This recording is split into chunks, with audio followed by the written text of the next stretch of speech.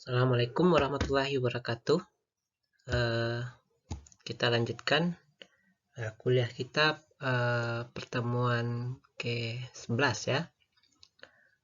Kali ini kita akan mencoba membahas bagaimana merancang layout tempat penyimpanan ya. Pada pertemuan sebelumnya kita sudah mencoba menggunakan metode kualitatif dalam merancang layout dan juga contohnya sudah. Sekarang kita akan coba lihat bagaimana merancang sistem penyimpanan ya. Nah, sebagai outline pada materi kali ini yang kami sampaikan adalah terkait dengan konsep dasar, kemudian lokasi dan media simpan, kemudian shipping dan receiving ya. Mungkin barangkali beberapa materi yang ada ini sifatnya adalah pengulangan ya. Di beberapa mata kuliah lain mungkin sudah dibahas lebih mendetail. Nah, di sini saya hanya akan meng-highlight ya beberapa detail yang mungkin diperlukan dalam merancang tempat penyimpanan yang dalam prakteknya itu wujudnya adalah gudang ya, gudang.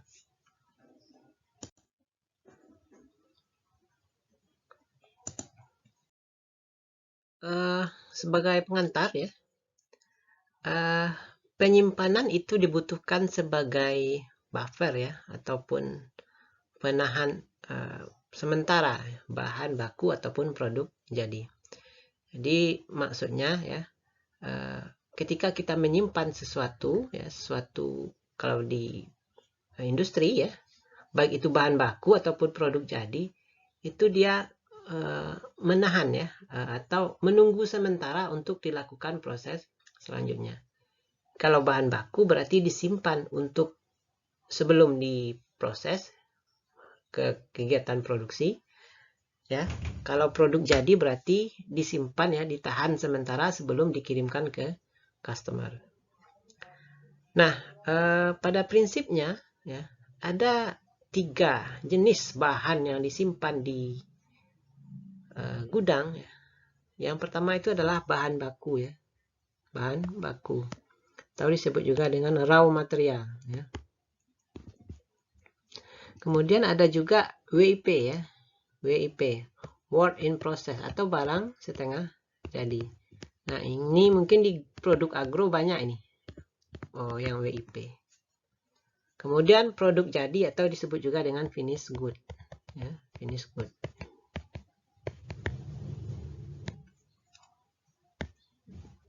Ya, finished good. Nah, jadi 3 jenis produk inilah yang sering disimpan ya. Kemudian juga ada bahan-bahan pendukung ya, semisal nanti adalah misalnya komponen ya, suku cadang ya, komponen suku cadang. Jadi untuk mengantisipasi jika terjadi kerusakan mesin, dia ada suku cadang. Kemudian juga ada barang-barang pendukung lain seperti kemasan ya. Kemudian ada mungkin peralatan ya yang sudah digunakan ya, jadi butuh tempat penyimpanan. Tapi pada intinya kita membahas yang 3 ini saja ya. Nah, pada prinsipnya penyimpanan itu memperhatikan yang namanya popularitas ya.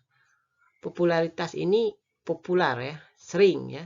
Kalau kita artikan ya, sering dipakai ya. Jadi produk-produk yang sering dipakai, pergerakannya cepat ya, itu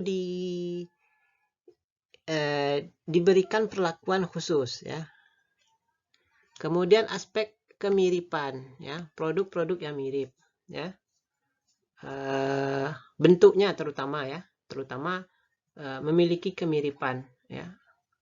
Kemudian atau mungkin juga fungsi ya. Kemudian ukuran ya, ukuran produk itu memiliki beragam ukuran ya. Nah, itu menjadi pertimbangan dalam menyimpan ya. Ukuran yang besar sama yang besar ya, yang kecil sama yang besar. Kemudian terakhir adalah karakteristik. Karakteristik ini terutama produk agro. Nah, ini sangat pengaruh ya. Misalnya produk-produk yang cepat busuk. Nah, itu penyimpanannya dengan produk yang cepat busuk.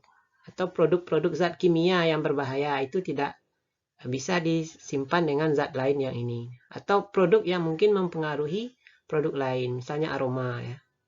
Nah, ini perlu diperhatikan. Nah, prinsip penyimpanan ini ya, ke popularitas, kemiripan, ukuran dan karakteristik masing-masing bisa jadi pertimbangan atau bisa lebih dari satu pertimbangan dalam menyimpan.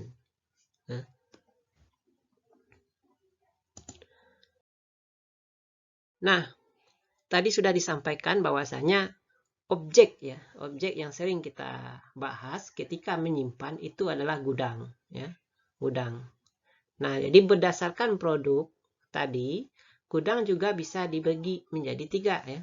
Ada gudang bahan baku ya, ada gudang produk setengah jadi, ada gudang produk jadi. Nah, pada kegiatan praktis itu kadang-kala bisa digabung dalam satu lokasi. Jadi gudang bahan baku dengan gudang setengah jadi dipisah, digabung. Ya. Atau mungkin barangkali dipisah satu-satu ya. Nah, produk agro itu biasanya untuk bahan baku itu gudangnya biasanya kan langsung dari supplier ya. Semisal sawit ya. Sawitnya kan tidak disimpan di gudang ya, langsung masuk ke produksi. Sementara produk-produk setengah jadi ya, itu langsung dipipa ya, atau di tangki. Ya. Produk jadi mungkin yang sudah berbentuk kemasan ya, itu yang disimpan di dalam gudang. Ya. Gudang produk jadi. Ya. Nah, pada prinsipnya kegiatan di gudang itu ada beberapa ya. Yang pertama itu yang sering terjadi di gudang, kegiatan yang ada di gudang nih, penerimaan dan pengiriman ya. Ini yang kita gunakan istilah receiving, menerima. Dan pengiriman ya, shipping. Ya, shipping. Kemudian identifikasi dan sortasi ya. Jadi memilih dan memilah ya. Ini yang mana, ini yang mana ya. Ini bagaimana karakteristiknya ya. Seperti yang disampaikan di awal ya, sesuai dengan prinsip-prinsip tadi. Kemudian store. Store ini menyimpan ya. Sudah kita bedakan, sudah kita pilih, kemudian kita simpan sesuai dengan prinsip tadi ya. Kemudian setelah disimpan ya, disimpan. Setelah itu barang yang kita simpan pasti akan dikeluarkan. Nah, bagaimana cara mengeluarkannya? Yang pertama sekali adalah kita pilih dulu berdasarkan pesanan. Kalau di industri, kalau di produk bahan baku berarti pesanannya dari produksi. Tapi kalau di produk jadi berarti pesanan dari konsumen, customer ya. Jadi dipilih dulu pesanannya yang mana, dipilah ya, pemilahan pesanan ya. Nih. Kemudian perakitan pesanan. Perakitan ini maksudnya ya mungkin ada maksudnya gini. Mesti dilakukan penggabungan ya, merakit di sini istilahnya mungkin barangkali di industri yang assembly ya. Tapi kalau di industri agro mungkin ada yang mesti digabungkan dulu, dicampur ya, sebelum dikirim ke customer. Ya. Walaupun kegiatan ini tidak umum terjadi ya di gudang produk-produk agro. Kemudian pengepakan ya. Pengepakan misalkan kalau di ini ya, di beberapa industri ya, proses akhir itu kadang-kadang di gudang ya, di pengepakan ya. Atau barangkali pemilahan menjadi ukuran yang lebih kecil ya. Kalau awalnya besar ya, volume besar, di packing ulang menjadi ukuran yang lebih sedikit. Kemudian kegiatan yang lainnya adalah perawatan. Perawatan di sini maksudnya perawatan produk. Artinya menjaga produk itu masih sesuai dengan kondisi awalnya. Ya. Jadi menjaga produk kualitasnya tidak berubah. Nah, ini kegiatan yang ada di gudang.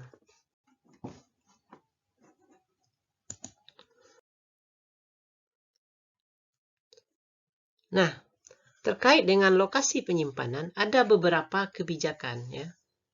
Pada umumnya ada 3 ya. ada yang disebut kebijakan lokasi penyimpanan tetap, ya, dedicated store policy, acak atau random, kemudian berbagi atau share store.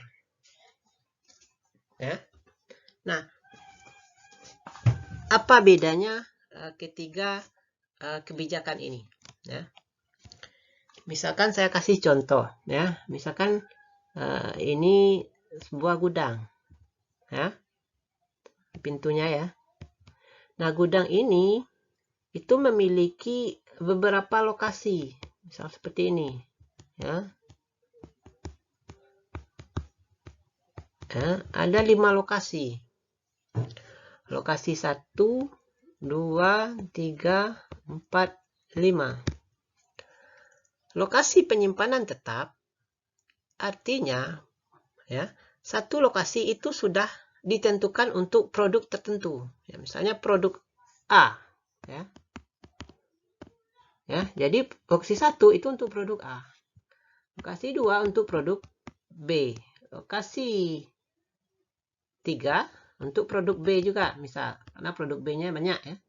Kasih 4 itu untuk produk A, ya. Kasih 5 untuk produk C. Nah, ini lokasi penyimpanan tetap, ya. Ya, dedicated, ya, atau fix, ya, istilahnya fix, ya. Nah, yang lokasi penyimpanan acak itu random, ya. Tergantung mana yang kosong duluan, ya. Misalkan tadi, ya, ada 5 lokasi, ya. Ketika barang yang akan disimpan datang, itu dia akan memilih lokasi yang paling dekat dulu. Misalnya lokasi 1. Misalnya datang itu barang C. Dia masuk ke lokasi 1. Habis itu datang lagi barang lain. Dia lokasi 2 lagi. Ya. Jadi, nanti ketika barang ini sudah habis keluar, nanti datang lagi barang baru, dia masuk ke lokasi 1 lagi gitu. Misalnya datang lagi baru, dia masuk ke A gitu. Ya. Jadi tidak tetap, ya. Jadi boleh ganti-ganti, ya. Nah, saya sering mencontohkan kalau lokasi tetap ini seperti Anda kuliah, Anda waktu sekolah, ya. Kan bangkunya itu ke itu juga terus, ya. Duduknya di sana, teman duduknya itu. Tapi kalau Anda kuliah, biasanya kan lokasi duduk itu ganti-ganti, ya.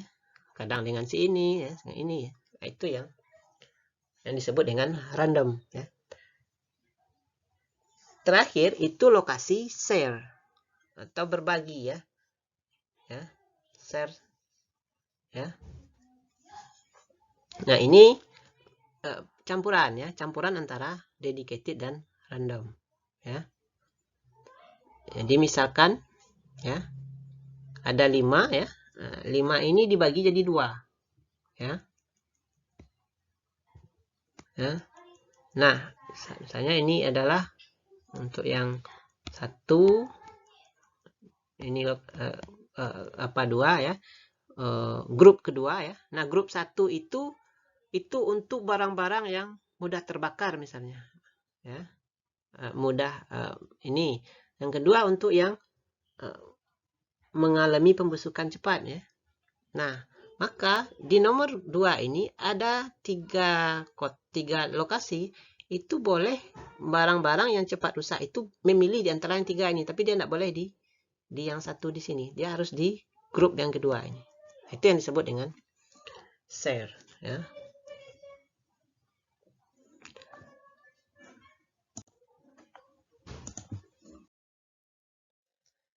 Nah, kemudian di gudang juga ada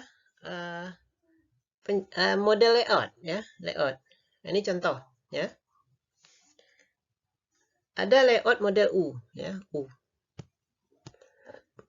Artinya aliran barang mulai dari masuk, ya, disimpan kemudian keluar itu berbentuk U, ya.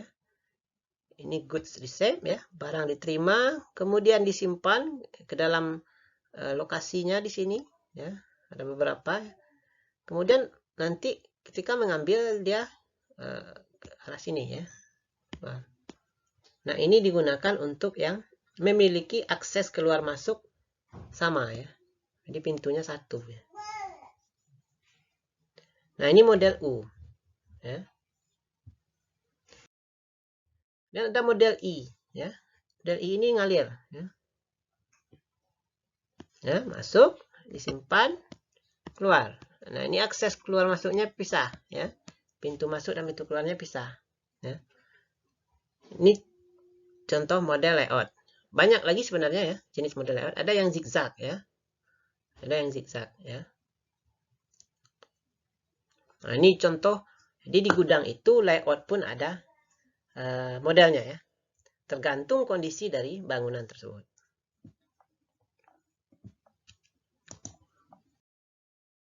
Oke, nah ini saya kasih contoh ya. Contoh bagaimana menentukan lokasi ya. Ini contoh. Contoh ini diberikan cara mengumpulkan barang berdasarkan frekuensi keluar masuk ya. Dalam kasus ini abaikan karakteristik barang. Dengan kata lain, barang yang masuk independen ya. Nah, semua jenis barang diangkut menggunakan alat yang sama. Gudang menggunakan sebuah titik masuk dan keluar dan frekuensi selama 6 bulan terakhir, frekuensi keluar masuk. Nah, ini contohnya ya. Jadi barangnya ada A, B, C, D, E, F, G ya. Ada 7 ya. Lokasinya juga ada 7. 1, 2, 3, 4, 5, 6, 7 ya. Nah, kita ingin menentukan barang ini ada di lokasi mana ya. Barang ini ada di lokasi mana ya. Berarti ini sifatnya adalah random. Mungkin ini gudangnya akan menetapkan ya. Ini mau fix ya. Jadi tetap nanti ya. Misal ya. Ini nanti tempatnya di nomor 7.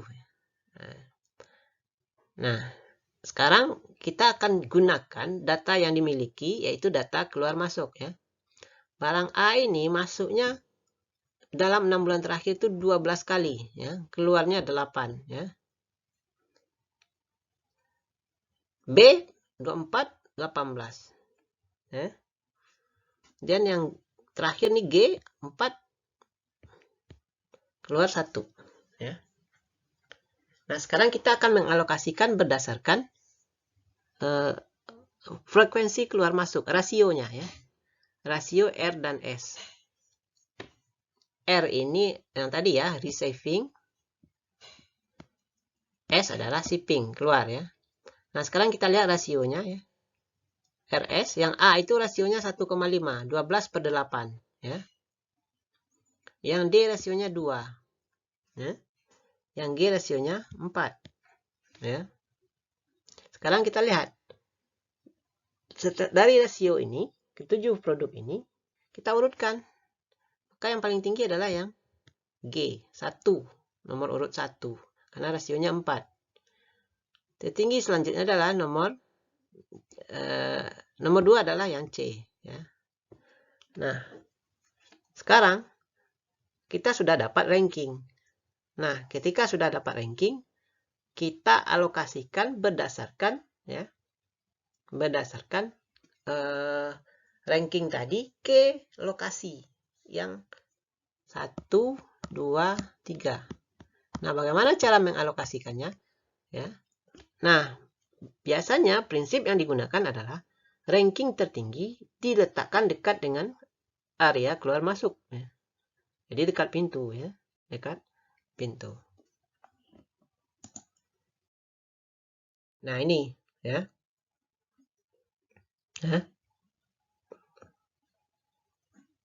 Ya, maka yang A di sini ya.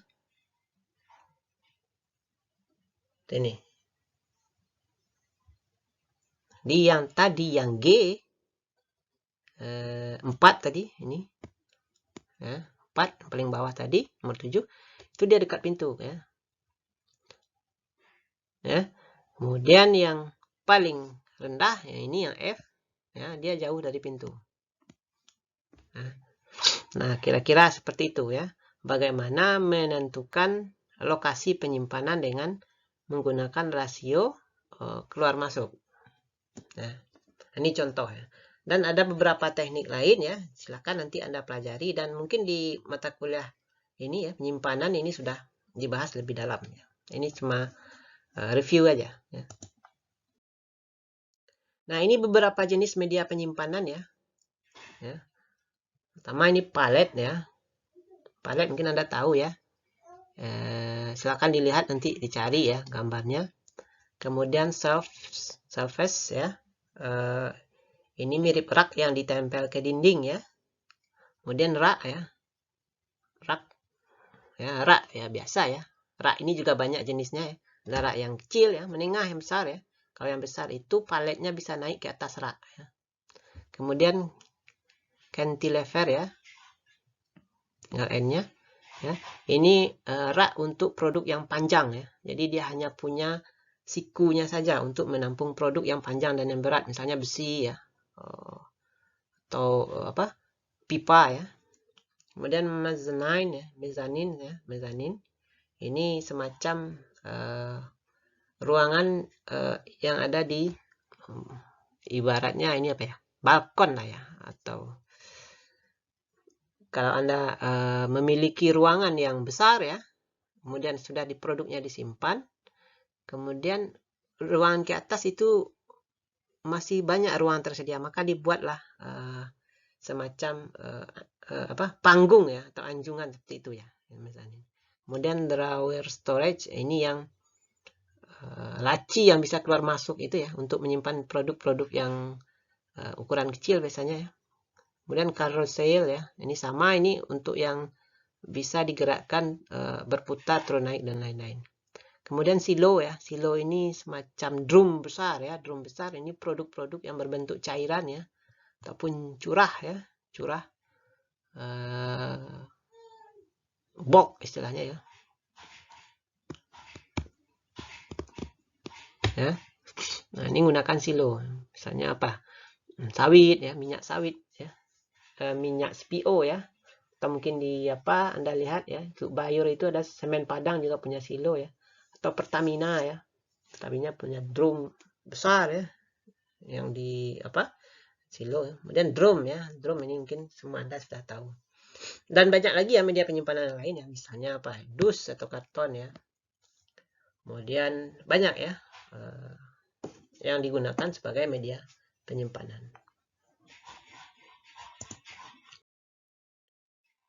Oke, sekarang kita mau menghitung ya, bagaimana menentukan luas gudang ya. Nah, ada beberapa hal yang perlu kita perhatikan ya. Luas gudang itu ditentukan antara lain oleh yang pertama itu adalah ukuran produk yang akan disimpan. Atau ya, ukuran media penyimpanan. Ya. Ya, media penyimpanan ya. Seperti rak dan palet ya. Misalnya produk kita ukurannya misal panjang 10, lebar 10, tinggi 10 lah, misal seperti itu ya. Kemudian kita masukkan ke dalam dus atau karton. Maka yang menjadi pertimbangan adalah ukuran dusnya, bukan ukuran produknya lagi. Ya. Nah, kemudian dus ini misalnya kita simpan di rak. Nah, ini yang dipertimbangkan nanti adalah raknya lagi ya. Raknya. Kemudian jumlah produk yang keluar atau dikirim per hari. Ya. Ya, yang keluar masuk per hari ya. Yang tadi ya, shipping dan receiving. R atau S aja ya. Nah, kalau produk yang dimasuk itu lebih banyak dari yang keluar, maka akan ada produk yang menumpuk di dalam. Nah, ini yang menjadi perhitungan kita dalam menentukan luas gudang. Ya. Kalau menumpuknya misalnya dalam jangka waktu 5 hari, nah, maka bisa kita kalkulasikan. Atau barangkali di sini jumlah produksi ya, seperti disampaikan tadi, untuk produk akhir ya, itu misalnya jumlah produksi per hari misalnya 1000 dus ya. Nah, dus ini disimpan selama 2 hari ya. Maka produksi harian itu akan mempengaruhi ukuran gudang ya. Karena gudangnya untuk menampung hasil produksi tadi ya, hasil produksi.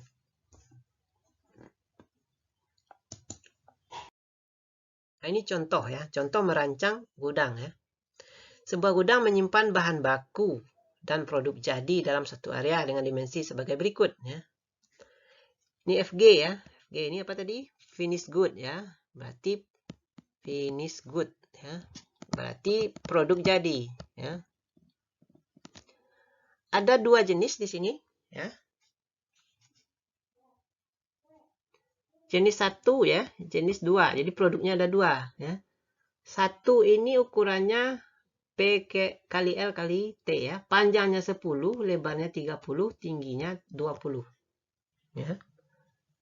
Kemudian yang kedua panjang 10, lebar 30, tinggi 40. Jadi 2 kali tingginya 2 kali dari produk 1 ya. Kemudian ada RM. Ya, RM ini raw material, berarti bahan baku. Nah, raw material ini dalam bentuk D. D ini adalah diameter. Kemudian tingginya adalah 200. Berarti kalau diameter berarti dia dalam bentuk tabung. Kira-kira seperti ini. Nah, ini ya.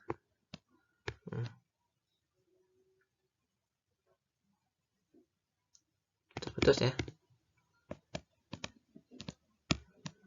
Nah, ini yang tingginya 200, diameternya 200 juga. Berarti jari-jarinya 100. Ya. Nah, rata-rata produk jadi di gudang adalah 2 hari. Dan produksi per hari sebanyak 500 karton untuk setiap jenis produk. Ya. Bahan baku yang masuk adalah 1000 liter setiap minggu. Ya. Ya, setiap minggu. Berarti dari soal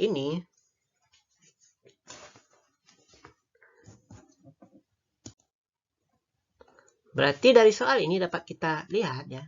Maka produk 1 ini akan disimpan di dus ya. Dus ya. Ya, dus ya. Ini asumsi ya. Karena ukurannya seperti ini ya. Dalam ukuran produknya seperti ini. Sementara produk 2 sama ya, cuma tingginya lebih. Yang ini yang untuk produk bahan baku. Nah, sementara di soal disampaikan menyimpan bahan baku dan produk jadi. Jadi sama ini ya, dalam satu area. Nah, sekarang kita akan menentukan berapa kira-kira luas gudang yang dibutuhkan untuk menyimpan ketiga produk ini. Bahan produk jadi ada 2 dan bahan baku ada 1.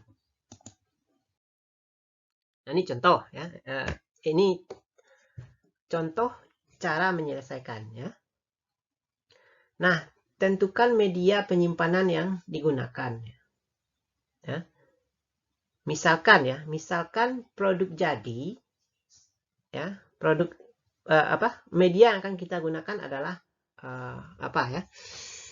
palet ya, palet ya. Anda kalau pernah lihat palet ya, ini ya.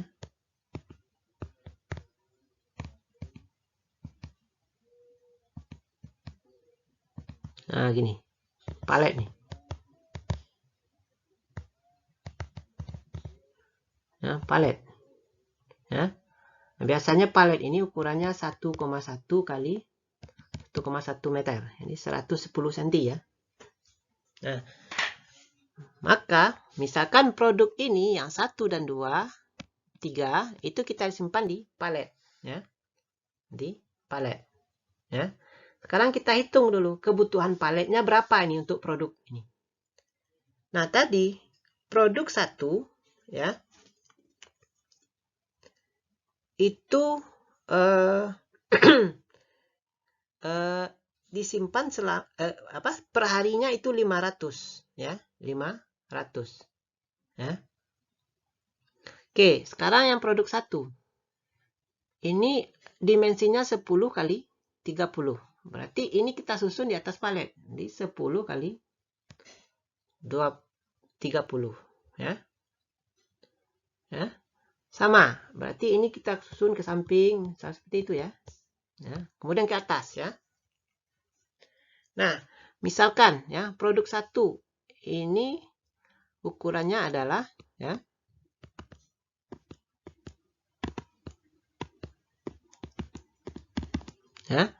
10,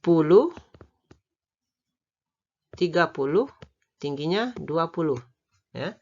Ini yang akan kita letakkan di atas palet. Nah, kita lihat itu luas dimensi yang kita perhitungkan di sini adalah dimensi alas dulu ya. Alas.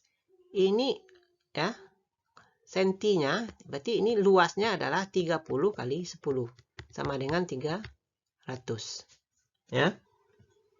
300 cm kuadrat. Sementara palet itu ukurannya adalah 110 kali 110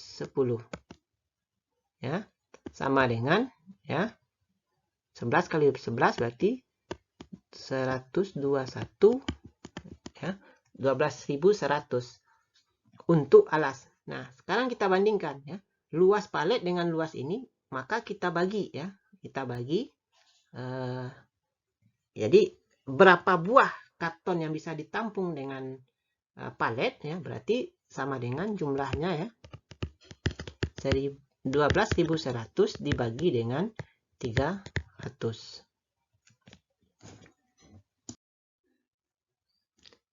Dapatnya ini adalah 40. Jadi satu lapis di bawah itu bisa menampung 40 karton. Nah, sekarang tingginya lagi. Nah, kita mau berapa tingkatnya?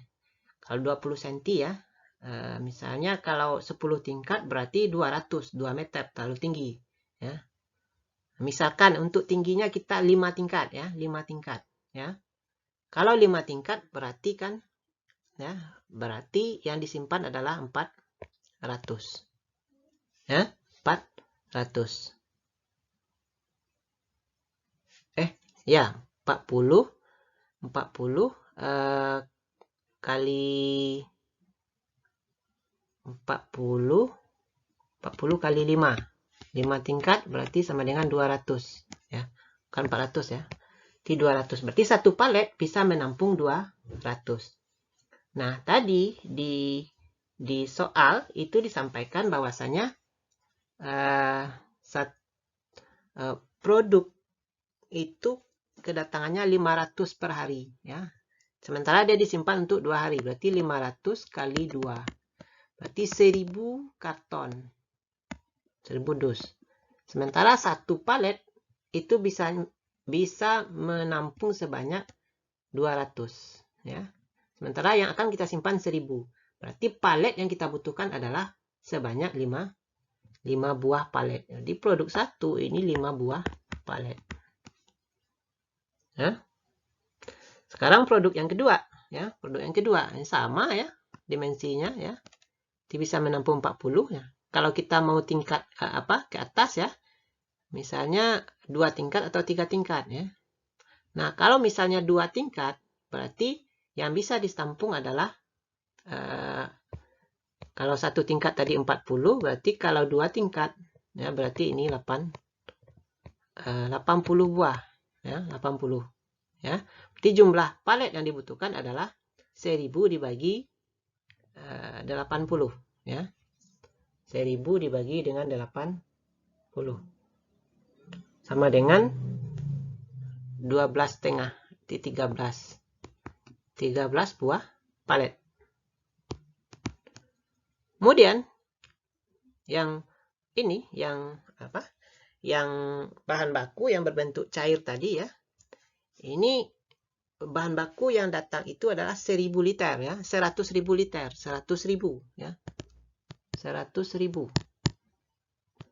Sementara dimensi penyimpanannya tadi adalah drum ya, dengan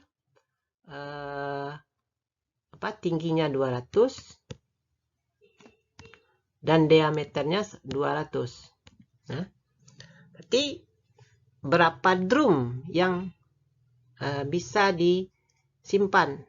Berapa drum yang dibutuhkan untuk kebutuhan 100.000 liter?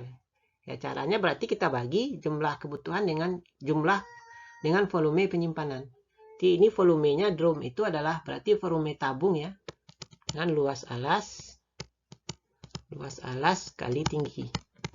Luas alasnya berarti pi r kuadrat ya, 3,14 kali 100, R-nya 100 kali 100, tingginya adalah 200 ya. 3,14 kali 100 kali 200 sama dengan 314 ya, kali 100 berarti 31.400 ya, 31.400 14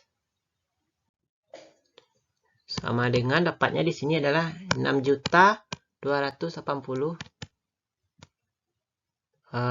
cm kubik ya.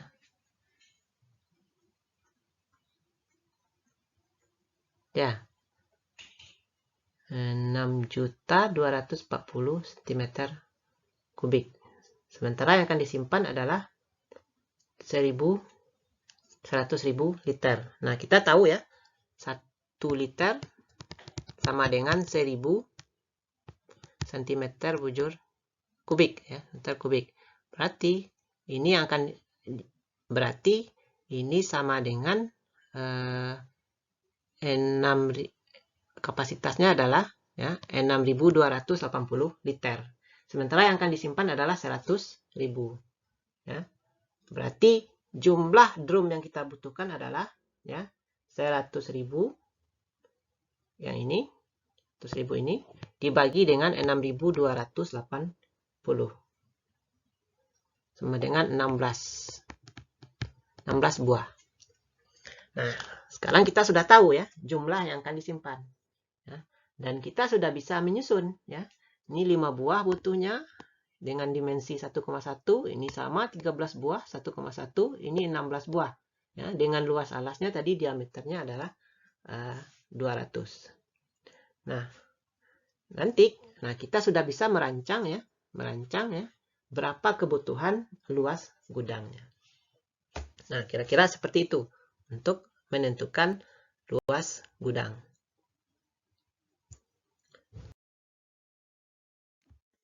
Oke, nah sekarang selanjutnya ya, ini bagian terakhir dari proses penyimpanan terkait dengan shipping dan receiving. Jadi ada area namanya shipping dan receiving. Seperti yang dijelaskan di awal, area penerimaan dan pengiriman. Area ini bisa jadi dibuat dalam satu tempat yang sama, bisa juga terpisah.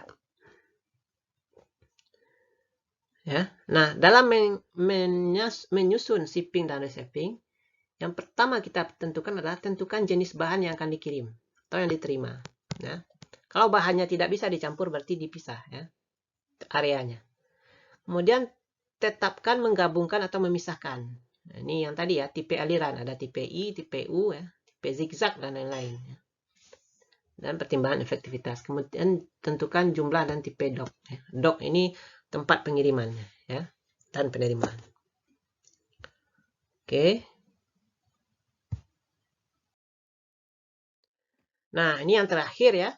Terakhir yang perlu kita pertimbangkan dalam menyusun layout adalah terkait dengan utilitas ya. Kita review dari awal ya, mesin sudah ya, gudang sudah ya. Ya, gudang sudah. Untuk produksi itu membutuhkan utilitas pendukung. Terutama di agroindustri ya, itu banyak sekali sistem utilitas yang perlu diperhatikan ya. Nah, ini ada beberapa ya, contoh generator, boiler, kompresor, kondensor, pompa listrik, maintenance, limbah air ya. Ini mesti dipertimbangkan. Ini contoh ya, generator dan boiler ya. Ya, generator ini untuk membangkitkan listrik ya. Kemudian boiler ya sebagai penghasil uap ya. Anda sudah belajar nanti di utilitas ya, boiler ya. Nah, ini di industri sawit ini sering banyak ya. Dan ini sebenarnya bagian dari bukan pendukung ya, tapi utama jadinya. Kemudian kompresor ya. Kemudian kondensor ya. Kompresor untuk menghasilkan tekanan ya. Kemudian kondensor untuk mendinginkan. Kemudian pompa ya, pompa. Ya, kemudian panel listrik ya, panel listrik ya. Panel listrik ini ya, bagaimana mengaturnya, melokasikannya, mengatur layoutnya. Kemudian maintenance ya, untuk area perawatan ya. untuk area ya, area. Kemudian area untuk air ya, sumber air ya, air. Misalnya industri agro itu butuh air ya untuk. Jadi kadang-kadang ada air yang memang diolah dulu sebelum digunakan. Kemudian area limbah ya, area limbah ya. Bagaimana pengolahan limbah setelah dipakai. Oke, nah itu barangkali untuk ini, untuk pertemuan ini ya. Semoga dengan materi ini ya, Anda sudah bisa mulai membayangkan bagaimana merancang sebuah fasilitas produksi. Demikian saja. Assalamualaikum warahmatullahi wabarakatuh.